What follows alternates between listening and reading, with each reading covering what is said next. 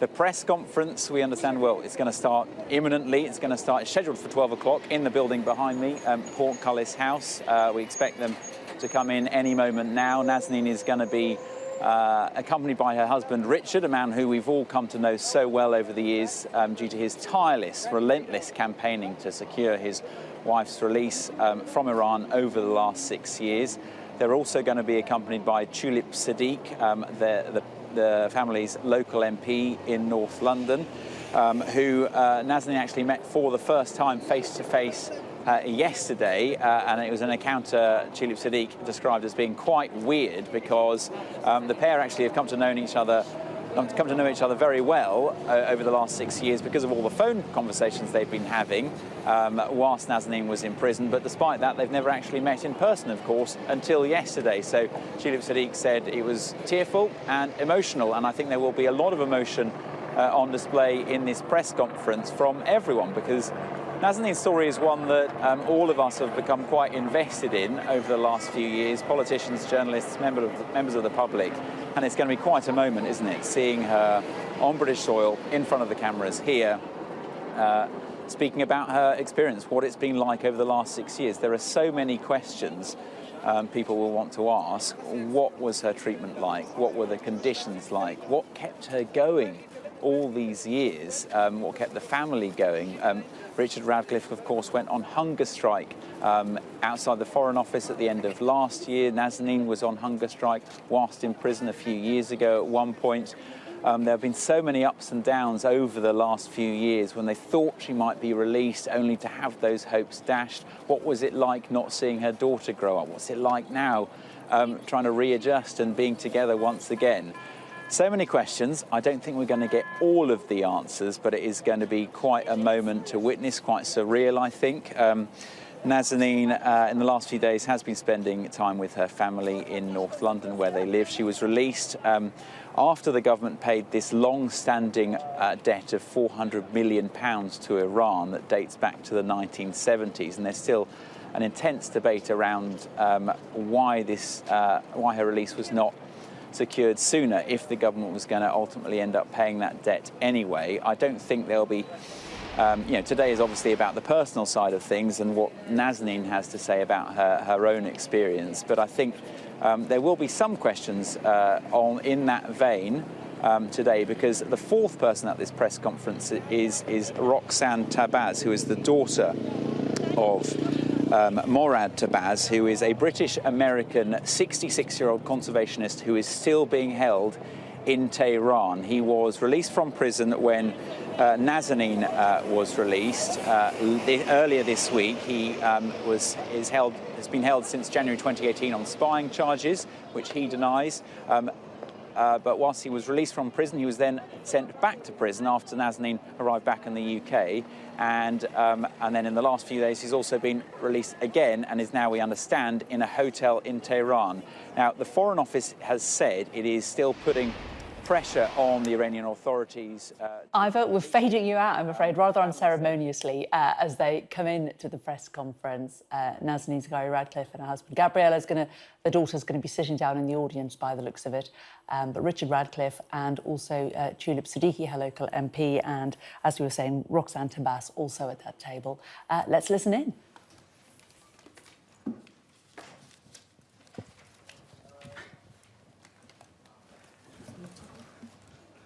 And then we all sit in silence for a bit now.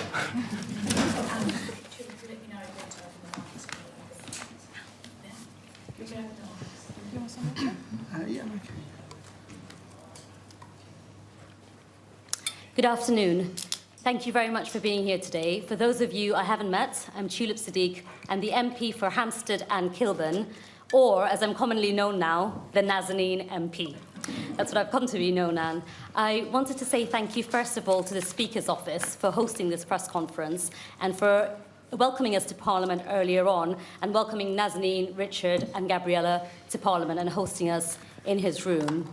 I know that a lot of people have to be thanked for this campaign because it took 6 long years to bring Nazanin back.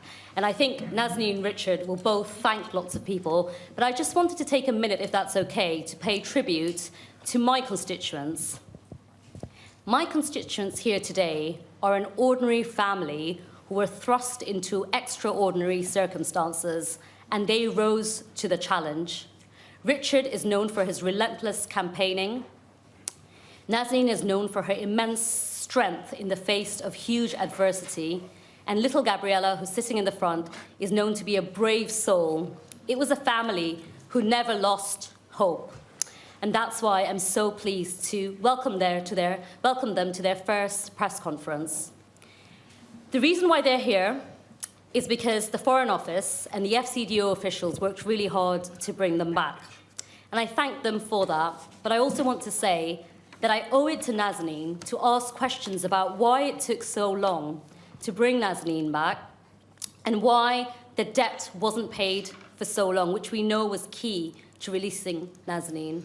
So I've written to Tom Tugendhat, the chair of the Foreign Affairs Select Committee, to ask for a review into what happened in Nazanin's case. The two things I'll be asking the Foreign Affairs Select Committee to look at is, first of all, an incident that took place in 2013 when 3 Iranian officials came to Heathrow to negotiate the repayment of the historic debt that we owe Iran, or owed Iran. It's now been paid. They were arrested at Heathrow Airport and then detained in a UK detention centre.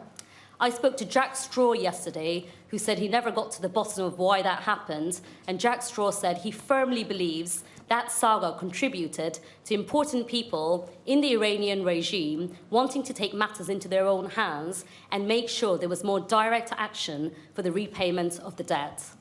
The second thing I'll be asking the Foreign Affairs Select Committee to look at, if they accept the inquiry, is to look at why there was a deal made last year which then fell through and the money wasn't paid either. And I want to know why the deal fell through, why it took so long to pay the debt, and I also want to look at the wider issue of taking hostages, which Iran has done. And speaking on the topic of taking hostages, Nazanin has today asked Roxanne Tahbaz to be on the panel with us. She's the daughter of Murad Tahbaz, who is still detained in Iran. Murad Tahbaz, his last known address in the UK was in my constituency, but Roxanne is Felicity Buchan's MP. Felicity Buchan is Roxanne's MP, and Felicity is here today. So thank you very much, Felicity, for joining us at short notice. And that leaves me to say, please wear a face covering if you're able to and you're not speaking. Most people aren't, but I have been asked to say it. Nor are we.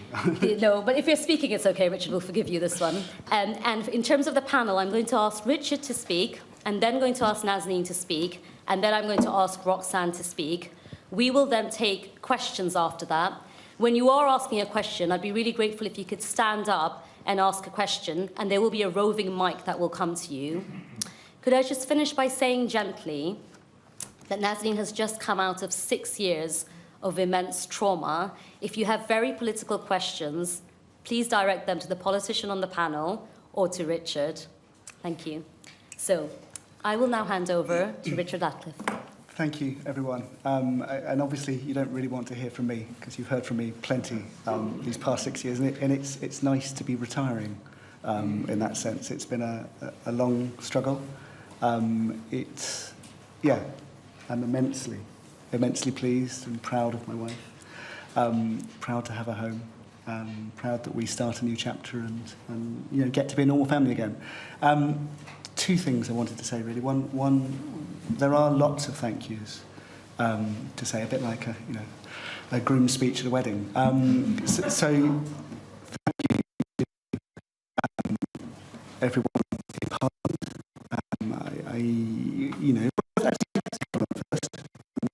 The Foreign Secretary did promise to get Nazanin home. It's actually a bit like a groom's speech at a wedding. So thank you to everyone in Parliament.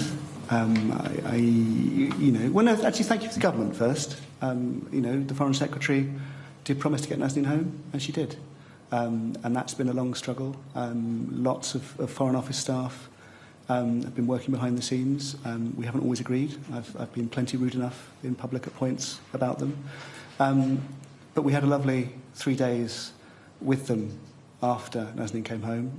Very nurturing, very caring, very kind people.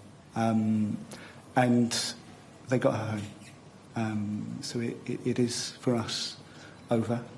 A new chapter, a process of healing and recovery and going back to normal.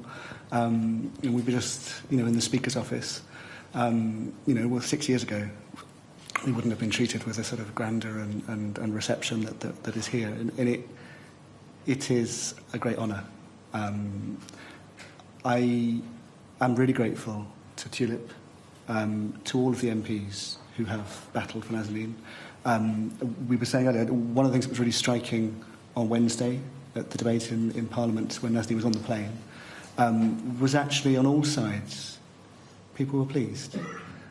People recognised our injustice, people battled it, pushed the government to be honest, keep the government honest, and I'm hugely grateful for all of that care and support.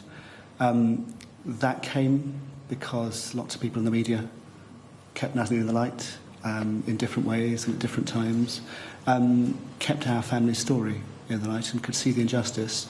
And it came because lots of people up and down the country followed our story and cared.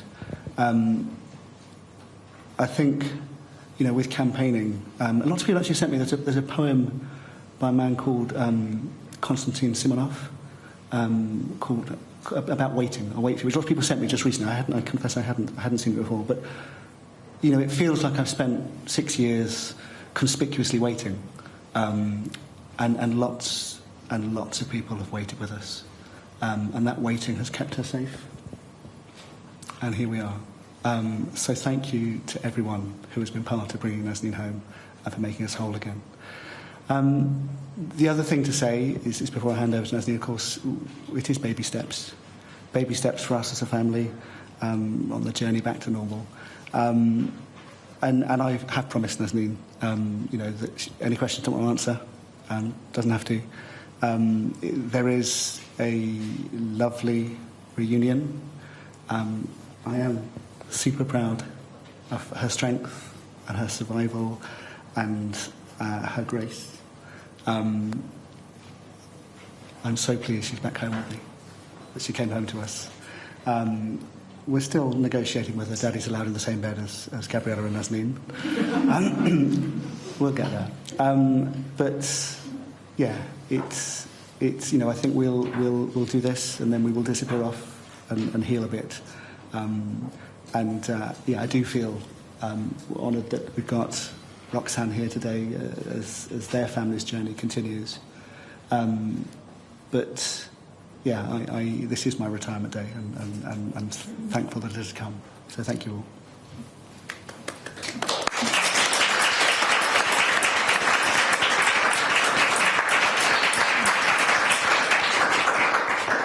Thank you very much, Richard. And that leaves me to ask Nazanin Zaghari-Ratcliffe to speak. I would like to begin by saying that I am very grateful to whoever has been involving in getting us home, from politicians, media members, whoever has been trying very hard to get our voices heard. I'm grateful. I also want to begin with thanking, I will not be able to thank everybody, but I want to kind of categorize my family in the UK who have been really, really supportive, my family in Iran who wanted to be speaking up, but the situation in Iran is very difficult. You will be under so much pressure that you will not be able to speaking up for your own rights. So they were very much both scared to talk about it, but at the same time willing to do that. But thankfully, we had my amazing, wonderful husband to do the job while we were kind of worryingly, impatiently waiting in Iran to see what's going to happen next. I want to thank all my friends as well in Iran who supported me over the past 2 years, and I was under house arrest. And when I came out of the tag, to entertain me and keep me upbeat. I also want to thank all the medical team in Iran who have been looking after me. It was an amazing experience to see people who knew me through media, just to be, looking after me when I was under house arrest and when I came out of it, just to give me medical support and, advice. I would like to thank the members of prisoners, the family members of prisoners in Iran, who I happen to be very, very close with, just like Roxanne's parents and family, who have been really supporting me all along this journey. I want to thank my amazing lawyer in Iran. He has been accompanying me to the court and fearlessly fighting for my release. There is very little lawyers in Iran can do with regards to human rights, but I think he has been just amazing throughout that journey. And the least but not last, my amazing husband, who has been tirelessly campaigning for me, so thank you so much. And my daughter for being very, very patient with mommy to be coming home. So I am so grateful. I also want to mention one thing, and that is I believe that the meaning of freedom is never going to be complete until such time that all of us who are unjustly detained in Iran are reunited with our families. To begin with Murad, but also the other dual nationals, members of the like religious groups or prisoners of conscience who are, we do realize that if I have been in prison for 6 years, there are so many other people, we don't know their names, who have been, suffering in prison in Iran. So I think the justice in Iran does not have any meaning, because in worst case scenario, you are, being given the unfair trial. If you're lucky, then you'll be picked up by a kind of semi-fair judge, but in most cases, you're not being lucky. The journey back home was tough. I grant what Richard said, to thank the Foreign Secretary. I do not really agree with him on that level. I'm going to tell you that because I have seen 5 foreign secretaries changed over the course of 6 years. That is unprecedented given the politics of the UK. I love you, Richard. Respect whatever you believe. But I was told many, many times that, we're going to get you home. That never happened. So there was a time that I felt like, do you know what? I'm not even going to trust you, because I've been told many, many times that I'm going to be taken home. But that never happened. How many foreign secretaries does it take for someone to come home? 5. It should have been one of them eventually. So now here we are. What's happened now should have happened 6 years ago. I think we all know I'm assuming this is going to be public knowledge of how I came home. It's fair to assume. I'm not going to mention, I don't know the details. But what took me home now on the very same day, 17th of March 2022, that is the very same day that I left London, 17th of March 2016, to go on a 2-week holiday, and I never returned on the flight that I was coming back home with. But I think it should have happened exactly 6 years ago. I shouldn't have been in prison for 6 years. And yeah, I think we have gone through a lot. It has been a tough journey. The coming back was also very tough. So you do realize that coming back to a daughter who is nearly 8, I left her when she was not even 2. There is a whole lot to catch up with Richard and Gabriella and getting to know them better. So I would appreciate, the privacy, and and thank you very, very much. I think I should really thank the media members, because that is how the world happened to know my story. So I am grateful for that. Thank you. Could I now ask Roxanne Tahbaz to speak and tell her story about her father, Murad Tahbaz? Okay. Firstly, I'd like to thank the Ratcliffe family for giving me the platform to share a story. And I think it goes without saying that we're genuinely pleased for both of you, for your extended family, and we hope to share a similar experience in the very near future. My name's Roxanne, as Tulip said. I'm Murad and Vida Tahbaz's eldest daughter. It's been over 4 years now since my father was detained and my mother was put on a travel ban within Iran. As you can imagine, my siblings and I are desperate to be reunited with our parents, and therefore I'm here today to ask the question of why my father, as the only UK-born national, has been abandoned and left behind there. My father was removed from his cell at Evin prison yesterday, but we've only just found out before we started this afternoon that he is being returned to the prison. Contrary to the public statements that have been made, he's not been reunited with his family, and he certainly has not been given a furlough, as was part of the deal that was presented to us. From the outset, we were always assured by the FCDO that my father would be included in any deal that was made to release all of the hostages, so we're truly devastated knowing now that this was not the case. Further to our dismay, we learnt that he'd been left behind through the media last week. To Prime Minister Johnson and Foreign Secretary Truss, we beg you to please stand by your word and bring back both of my parents, my father and my mother. Thank you. Thanks, Roxanne. Thanks very much. I'm going to take questions from the floor now. If you wouldn't mind standing up, a mic will come to you. Even if I know you, and not everyone on this panel might not know you, so please say your name and which organisation you're from. So could I take indications, please? Beth, I'll go to you first. You can, yeah, there's a mic. I'm actually quite loud, so... We know. Okay. There is a mic behind you. There you go.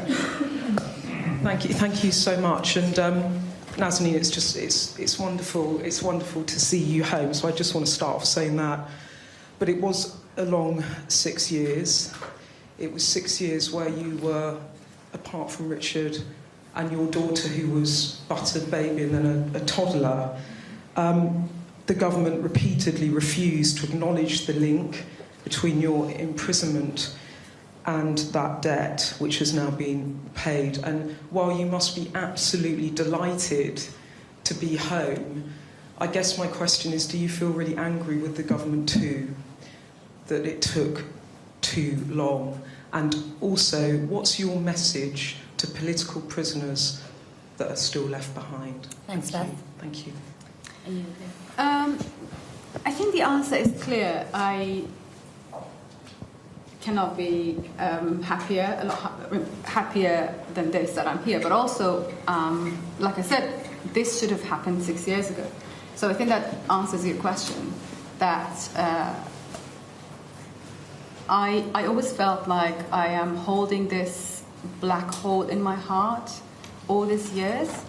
But I'm just going to leave that black hole in my heart. I'm going to leave that black hole on the plane when the plane lands. I'm not going to live for the rest of my life with a grudge over the past 6 years. It has been cruel what happened to me, but I think I do not want to this moment is so glorious for me. So I don't want to, and it's kind of early days that I have come back. So I think it's a bit early to think that, to hold onto that grudge. But it should have happened 6 years ago. I mean, it took a long, very, very long time for the politicians to sort it out. I was the lucky one who, regarding the second part of your question, I was the lucky one who got to be recognized internationally, given the campaign which was running. But there are so many other people in prison that you don't know their names, and they have been in prison for longer years than I have been. So I think regarding every person has got the right to be free, and freedom is something which has to be given to people. And I think the world should unite together to make sure that there is no one held either hostage or in prison for something they haven't done. Thanks, Nazanin. I might do row by row. It might be slightly easier, so I'll come to you next. Thank you. Mike, please. Carl Dinnan from ITV News. Nazanin, first of all, I hope you understand just how delighted everyone in this country is to see you back. Our hearts have gone out to your family all the way through this, and it's wonderful to see you sitting here. Thank you. Perhaps you could just tell us how much you were aware of when you were being held, of what was going on in the outside world and the efforts to get you out, and perhaps also the setbacks. You talked about five foreign secretaries over 6 years. Of course, one of the foreign secretaries who dealt with your case was Boris Johnson, and he said, sitting in one of these rooms, that you were out there teaching journalists, which you weren't. Did you hear about that, and what did the Iranians tell you about what it did to your plight? And how did you feel it affected what happened to you? I did not have much information about the outside world. Being in prison, prison is a very secluded space. You only have got access to state media and a couple of newspapers, and there were not much happening. And we had like visits every week. But then I would have loved to spend the time with her, so long as she was in Iran, than talking about politics, if I'm honest. So I didn't know what was going on. If only something was coming up in the news, then I would have known. Otherwise, no. And I think there is a lot to know now that I've come back. So we will have so many nights of chatting about stories. Perhaps at the moment the necessity of talking about them is less than what it used to be at the time. But I think there were times that I realized that I'm in prison. I've got 40 minutes to see my baby and have a story with her, or like, you know, do something. We used to have lots of stuff in the visit room, like colouring and singing and things like that, and I was not going to miss that opportunity. So I did not spend time following the politics behind my story. And I thought, do you know what? I am powerless in prison. I will see what will happen. And that was how I took it, because that was like a way for me to survive, because I couldn't. When you accept that you don't have, you do not have the means to get to know what is happening outside, then you're going to have to come to terms with that, and that's what I did. So the answer is no. Thank you. Yes. Hi, Martin Stew from ITV News London. Nazanin, 3 years ago, Richard and Gabriella were handing in a Mother's Day card to 10 Downing Street to try and get your freedom. Looking forward to this Sunday, first Mother's Day for 6 years, you get to spend it together. What are you going to do, and how special a moment is that going to be? I didn't know that Sunday is Mother's Day. Sorry, the only thing... The only thing I knew was yesterday was Nowruz, was the Persian New Year. And the only thing that I did was sitting, we just quickly put the table together.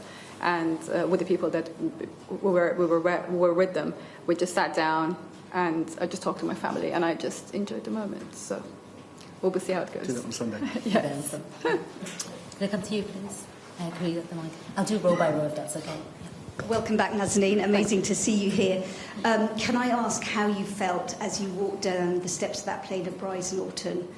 Is it too early to say what the future now holds? Is there anything you want to say about the difficult times you spent in jail?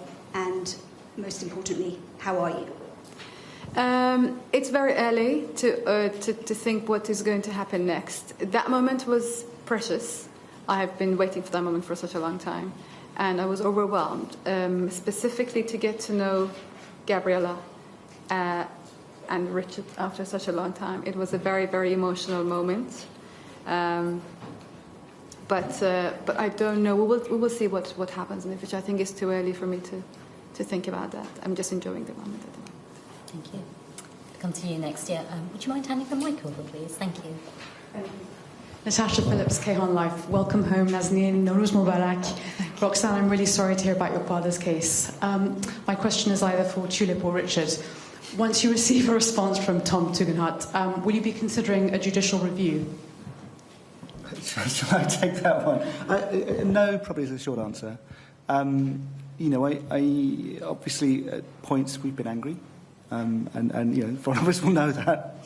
We said it fairly bluntly. I mean, behind closed doors, when we were in seclusion, we were talking about, like, it is useful to review what happened and what we can learn from it. I think the suggestion of a Foreign Affairs Committee review inquiry is a really good one. I think there are specific issues in our case, but there's a wider issue about how the government deals with hostage-taking, how it can do it better. It's not easy. The Foreign Office has a challenging job.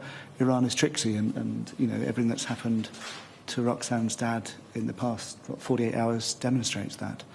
I think it would be really valuable for Parliament to take up that challenge and to talk it through. I think that's best done, through Parliament rather than sort of angry lawyers and you know, everyone having to sort of cover themselves. But I mean, as Nazanin said, it's early days. I don't think. I mean, I feel I am retiring from campaigning rather than going into a let's lobby the Foreign Affairs Committee kind of a stage. But I think there's an important point there. Just leaving it to me, Richard, I see. Could you pass the mic on? Thank you. Do you want to? Yes, please. My name's Patrick Winter from The Guardian. I just wanted to know whether you... This might be black hole territory you don't want to talk about, which I understand, but could you describe what solitary confinement is like, what effect it had on you? I would not be comfortable answering your question. I'm sorry, Patrick. Can I then ask you another question? If you're very quick. On the issue of the debt, is that what you felt held back your release? Yes, failure to pay the debt? Yeah. And then why do you think it wasn't paid? Sorry, it's one question. I don't know, but I was told early on that there is something they want off the Brits, and they're not going to let me go until such time that they get that. And they were correct about it. So I didn't know the details at the time, but I think it was the week 2 or week 3 that I was arrested, like 6 years ago, that they told me, we want something off the Brits, we will not let you go until such time that we get it. And they did keep their promise. That's right. Thank you. Hi Nazanin, that's Catherine Phillip from The Times. It's amazing to see you. It's quite overwhelming actually. And you seem so well. I think it's easy to forget some of the horrible cruelty that you've been subjected to. And I wanted to ask you about, I know you've had some advice from Terry Waite about how to emerge from this trauma that you've been through. And I just wondered if there was any of his advice that you could tell us that you've drawn some comfort from. It's very difficult for me to talk about what I've gone through. So I would rather not answer that question. And I think this moment is just coming back home and just enjoying. It will always haunt me. There is no other way around it. It will be with me. I mean, Terry Waite is a good example. It is never going to leave you alone. But I think at the moment I would rather just focus on the moment of coming back home. Sorry, Catherine. That's absolutely fine. Can I just then ask you, have you tidied the flat yet? I don't know. Haven't been to the flat yet. We haven't gone back to the flat yet. Brace yourself. Thank you. Is there anyone in the third row? Yeah, could I come to you, please? Yeah, sorry. Yes, for you. So, and then we'll come to this bit. Hi Nazanin, just wanted to say welcome home. We're just so pleased to have you here. My name is Lynn Rusk. I just wanted to ask, I suppose, was there a specific memory of home, of your daughter Richard? What was it, do you think, that really helped you survive through this time? What is it that you're most excited to be back for? My memory faded as the time went by, but the most visible memory was Gabriella playing and Richard getting me a cup of penalty at the time, because I was breastfeeding, so I was having penalty. But that was the most vivid memory that I would have. But then it again faded gradually, so I had very vague memory of that. We still haven't picked up because we haven't been to the flat, so we're looking forward to that. Thank you. Yeah. Stephen Castle from the New York Times. Nazanin, I just wonder, did you always manage to keep your faith and your confidence that you would be released? And if so, how did you manage to keep that strength? And to Richard, please, I think right at the beginning of this you were encouraged to keep very quiet and not to rock the boat and to sort of keep your mouth shut. Do you think that if you'd done so, we would now have the result that we have? And what would be your advice to other people in regrettably similar situations? Richard, why don't I come to you first? Yeah, it's a good question. I think, and it's a question that all, as families, we all struggle with. 6 years on, I don't think I know what the best solution is, if I'm honest. I think it felt right. I mean, we waited for a month, actually. We didn't go public day one. And then we went loud, and we went consistently loud. And I always used to beat myself up as to what we could do to get it over the line. What was gonna, it wasn't just simple outrage. There was more going on, and our story, your dad's story. You never know what you don't know. I think my advice to any family is to follow your gut. and to be authentic about it. My gut told me that this was outrageous and crazy, and there must be something else going on, and to speak out about it. It didn't tell me to do it on day one. Day one I was bewildered. But once I did. And it was tough for Nazanin's father. Because his gut told him not to stir up a hornet's nest. And he didn't feel that it was particularly sensible of his son-in-law to stir that up. Well, it's not like we got her out in 6 weeks. We got her out in 6 years. I am eternally grateful to everyone involved in getting her out, some of whom are in this room, because our life can start again. There were bumps along the way. It might have happened differently. It happened this way for us. I hope it happens soon for Roxanne's dad. Thank you. Could I go to... Yes, please. Yeah.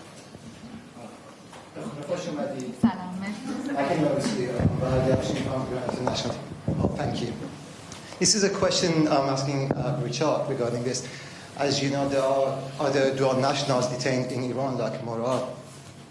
Will you really want to retire from campaigning and speaking out for others? Or are you going to carry on campaigning for them? The short answer is Nazanin wants to come home to her husband and to normal life, not a professional campaigner.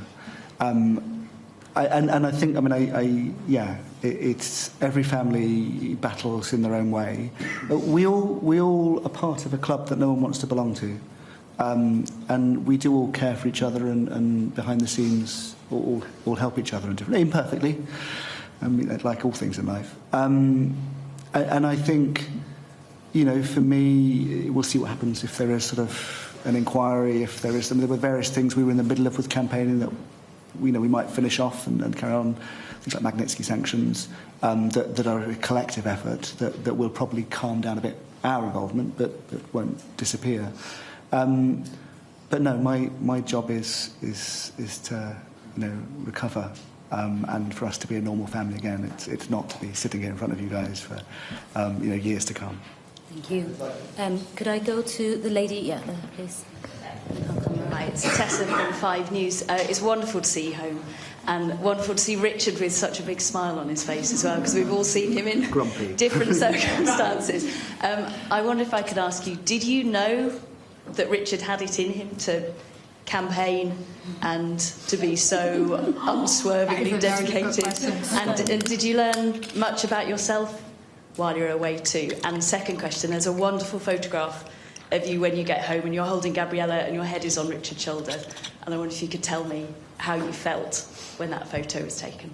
It is surreal to come back and to be holding my husband and my baby, who's not baby anymore.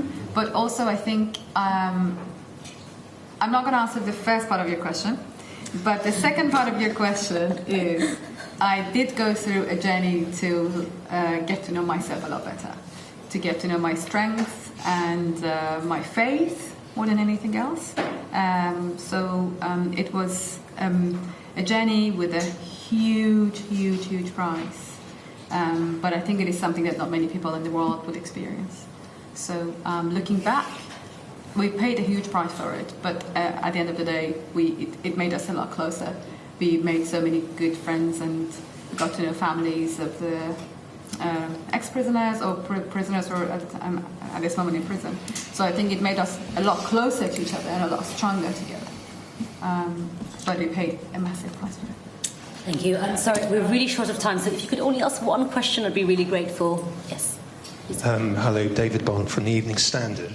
Can I ask, was there a moment, or were there moments, where you thought you were about to be released and you might be able to come home that were then dashed, and how did that feel? Yeah, there were many moments that I felt like that.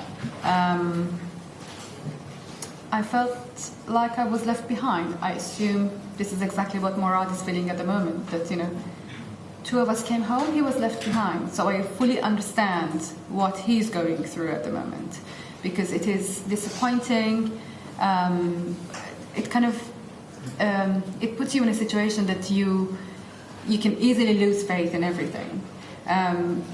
I have been through that, I think, twice over the past, maybe 3 times over the past 6 years.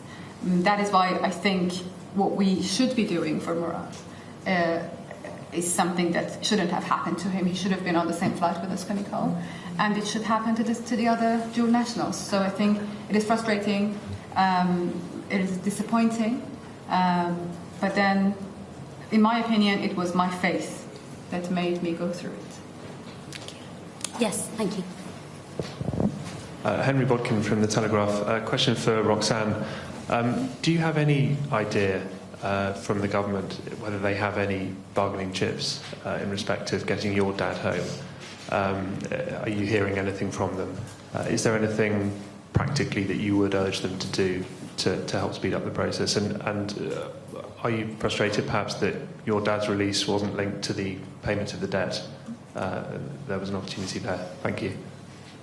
I haven't been appraised of the situation in terms of what's being negotiated at this time. We were advised that he would be on an indefinite furlough, which turned out to not be the case. And we also were advised that my mum's travel ban would have been lifted as well, which is also still not the case. I'm not a politician, so sadly I can't advise anyone in the government what they can offer or negotiate, but we just urge them to bring them back home. They've been there a very long time. Would you mind passing the mic to Rosamund, please? Yeah, thank you. Hi, it's Rosamund from the Sunday Times. Congratulations, it's wonderful to see you, and congratulations, Richard. I just wanted to know, the last few days before you came home, when did you feel secure in the knowledge you were coming back? And Richard, when was that feeling for you as well? Only when I got on the plane, not before. Because there has been so many games in the past that I did not feel like I should really let myself believe the moment. And I think it was just the moment that the airplane, the stairs went up and it took off that I realised that, the moment is real. Yeah, same for me. I think there's a lot of games that happened that we didn't air and perhaps won't ever want to air. But, there's a lot of uncertainty about what's going to happen in the last stages, and our experience and many other hostages as well. We've had false dawns before. We clearly were close. It felt like it in the last few days was getting closer, but probably there was always a gap between what I thought was going to happen and the Foreign Office was saying, listen, it's moving. I was like, until it's happened, it hasn't. Well, now it has, and it's a lovely feeling. Sophia. Yeah. Hi Nazanin, massive welcome home. It's great to see you. Just a quick one. How was your first weekend of freedom? Is Gabriella getting used to having mummy home? And I wondered also how your mum and dad were back in Iran, and if you ever felt in a million years perhaps you'd be able to travel back there and see them again. Well, she has been upgrading mummy to be with her and downgrading, sadly, daddy a little bit. And rightly so. Making up for the past... I haven't seen Gabriella for the past 2.5 years because she was in Iran with my parents. And she left Iran in October 2019. So lots of catching up. It was lovely to get to hold her, to braid her hair and to brush her hair. That was a moment that I really, really missed. My parents were relieved. I must admit that I felt like my mom would be very, very upset. She was not. She was so happy that this whole thing is over. The only thing which was kind of bothering my mom and dad was like there was my presence in the flat because I was living with them for the past 2 years, and I think it was my absence which was bothering them more than anything else. But they were very, very much relieved that I'm back. Regarding the traveling back to Iran, yeah, you know my opinion on that. It took me 6 years to come back. I think I will be very, very cautious about when I'm going to book a ticket to go back. Is there? Did you want? Okay, so Yeah. Could you hand the mic, please, to the gentleman behind? Yeah, you've got the mic. Yeah. Thank you. Jonathan Ruckman from Channel 4. Welcome and happy Nowruz. It's great to see you. As you know, we're hearing that a new Iran nuclear deal is quite close. You have a platform now to say what you think perhaps should be in it, because, as you said, there are a lot of political prisoners in Iran. And I wondered what you thought the bare minimum was in terms of releases of your fellow prisoners so that others don't get trapped? I think it would be a very difficult question to ask for me. I'm just going to look at it in my own perspective, and that is, I have been a pawn in the hands of the two governments over the past 6 years. I did follow the story of JCPOA for the past 6 years very, very closely, and that is because I was told many, many times that my story is linked to that, which shouldn't have happened. I don't think anybody's life should be linked to a global kind of agreement on whatever that is, whether it's nuclear, whether it's environment, or whatever. Every human being has got the right to be free. And what really upset me all these years is my life was linked to something which has got nothing to do with me.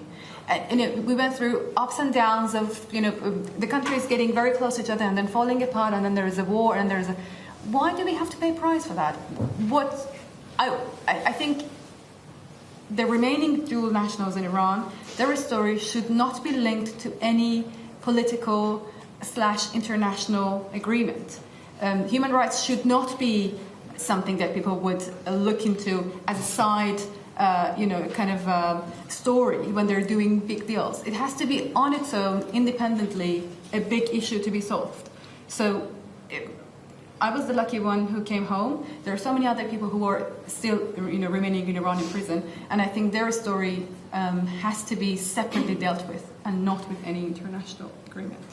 Thanks, yes, would you pass the mic on? Please, could you be quite short, because I'm conscious I'm keeping them a bit longer than I said I would. Hi, I'm Amy Gibbons from PA. Nazanin, it's wonderful to see you back. I wondered if I could ask you a little bit more about your return to the UK, and specifically some of the first things that you did. So the first place you went, the first meal you had, the first TV show you watched, if you did. And also you talked about how you dreamed about doing the school run. I don't suppose you've had a chance to do that yet, so you're looking forward to it. And then lastly, what do you think will be the most difficult thing about adjusting to life back home with your family? I'm not any of those. I haven't got home yet. I was basically living in a suitcase over the past 6 years. I'm still living in a suitcase. So my husband has been picking up my clothes. I don't know, I think it would be... The school run is something that I will look forward to, because I want to get to know her friends and the community better. But I also think we will have a lot of adjustment. Getting to know each other and, getting to get into each other's rhythms. So we will just take it very slowly. Yes, please. Hi, Natalie from Hammond High. It's a very local question. First of all, just so thrilled that you're back, and the whole community is going to be really thrilled that you're back, marching with Richard, protesting and everything. You might not know, but do you have plans to stay in London, or are you thinking we might just kind of get out of London and start a new life somewhere else? No, I think we are planning to stay in London for the time being. Yes, please, in the back. Could I go to you first, sitting down, and then I'll go to... Yes, okay. It's working to be doing it row by row, so yes, please. Hi, Nazanin. Tom Howard, GB News. It's obviously been such an awful ordeal in Iran, and you say that there are so many others that had your situation too. Is it a little worrying that the government has been seen to pay Iran in exchange for people being returned to the United Kingdom? And is there a concern there that it might encourage more hostage-taking potentially in the future? Yes. I'm going to jump in on Very that, Tom. There is a moral hazard. Without doubt, a legal debt is not a ransom, but the guys that took Nazanin will be patting themselves on the back and saying, "We did well. Let's, squeeze Roxanne's dad. Let's try that." That's undeniable. It is a challenge for the government, for the international community generally, to deal with state hostage taking. That can't be done just with carrots. It can't. It's a balance, and it needs to be worked out. And one of the conversations you've heard me say on your shows, on others, is the government needs to be brave, and being brave also means being tough. That's not a conversation to have right now. But I think, in fairness, the Foreign Affairs Committee review, should they choose to do one, giving them a mandate where they haven't actually said they're going to do one, I think that'd be a really valuable way of exploring all that, because there are no easy answers to this, and you know, my view has had a lot of mileage. Not everyone agrees, and actually, you know, how does one deal with tricky policy questions? It takes a village, just like getting Nazanin home. So I think it's worthwhile having that conversation in a brave and open and honest way, and we'll see where that takes us. Thank you. Okay, so I'm very conscious of time. I am keeping them from very long. Gentleman, the man who was very eager, and then there's 3 more journalists, and then that's it, please. Thank you. Theo Ashwood, LBC. Just a very short question to you, Nazanin. Were there any moments of kindness from those guarding your cell in prison, and how do you feel towards those who kept you captive? Yes, but I'm not going to answer that question. I'm so sorry. Sure. Right. Lady standing up, please. Yeah. Hi, Lucy Fisher from Times Radio. Welcome back, Nazanin. Thanks in part to Richard's remarkable campaigning, your face is really well known in the UK. And I wondered if you'd found so far that you're being recognised a lot in public, and also how you think you might cope with, frankly, your fame. Well, can I just answer that question? Gabriella told me on the phone one day, I was still in Iran, that, Mummy, you do realise that you are very famous, and then it's me, and then it's Daddy. Okay, fine. And then I said, okay, you know, it's not good to be famous, because, you know, you want to have a normal life, and, you know, just to have a... And she was like, oh, you're not going to be famous forever. Maximum a week. So we're bracing ourselves for a week of fame, and then we're just going to have a normal family. Very good. And then there was 2 other journalists we had. Who was the next person? Yes. Thank you. Hi there, thank you. Hannah Somerville from Iran Wire. My question is also for Nazanin. About the friendships that you developed in prison, just on those ones left behind, is there anyone you can name that you became particularly close to in Evin? And if so, do you have any message you'd like to convey to them now? Yes, I've got... There are people who came out of prison all the time that I was inside. That I was in Iran under house arrest, and then the tag came off. I was still in Iran, so they thankfully came out of prison. But the conservationalists, if I'm correctly mentioning the name, the family of Morad, so Morad, Sepide, Nilofar, Sam Rajabi, and Human, and then there is Siamak. The male section, we do not have any contact with them, but we got to see their families, and we get to be very, very close with them. So, like I said, the meaning of freedom is not going to be complete until such day that they are all outside. And at the moment, I am with them in spirit, but I am not going to let the torch be down until the day that they are back home to their families. Thanks, Nazanin. And last question, please. Hi, Eleanor Langford from Politics Home. Ultimately, Liz Truss is the Foreign Secretary that got you back. Why do you think that she succeeded where her predecessors failed? And do you feel confident that she'll be able to get other dual nationals like Roxanne's father home? I think I would rather not answer any political questions. It is very difficult for me to... Okay, Richard? Yeah, I mean, it's a good question. I think a number of Liz Truss's predecessors were personally vested, tried hard, tried different things. I'm really grateful to the current Foreign Secretary that she got it over the line. And, you know, feeling a little bit guilty about giving her quite such a hard time when she took the job on and we camped on her door. But maybe that worked. And I think, yeah, I don't know if it's confidence, but absolute hope that you know, she can get Roxanne's dad back.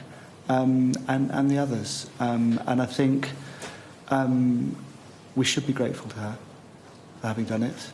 And let us hope that that becomes a pillar of her foreign policy going forwards, that she keeps Brits safe, and that she makes sure that, you know, whether it's in Ukraine or Afghanistan, all the other places where people are vulnerable, that you know, it is something the UK does. It looks out for people.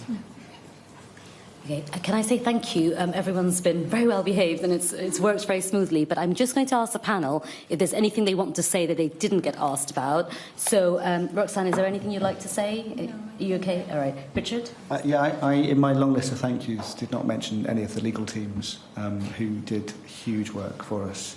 And some of whom are sitting in this room and have been very nice about the fact that I had it. But so, for all of the different legal teams, who did a good job of keeping the government honest. It's an important part of the conversation is what actually should a government do in this context? What should it be? I think, human rights often gets treated as some sort of nice, cosy rhetoric. It's really important, our rights. And, just for keeping us all safe. So we are deeply indebted for everyone that helped that happen. Can I say thank you? And could I just say thank you once again to the Speaker's Office, who worked really hard. Sasha, Alice, and the whole of the Speaker's Office really worked hard, and my team as well. There's a lot of work that goes on behind the scenes in an MP's office, so Liam and everyone worked really hard. I would really ask if you wouldn't mind giving the family their privacy. They're going to go now. Roxanne and I are around if you want to ask any questions, but Richard and Nazanin will be escorted out now. Thank you all very, very much. Oh, Gabriella, sorry, of course, and Gabriella. You're going. You're going with Mummy and Daddy. We're all going to go now. Sorry, I wasn't going to leave her behind. Thank you. Thank you. A lovely moment there at the end of that press conference. What an interesting press conference. Richard Ratcliffe there saying, lovely to feel that he's going to be retiring from his role as a campaigner. We are whole again as a family. Nazanin Zaghari-Ratcliffe, dignified, funny, sharp as a tack.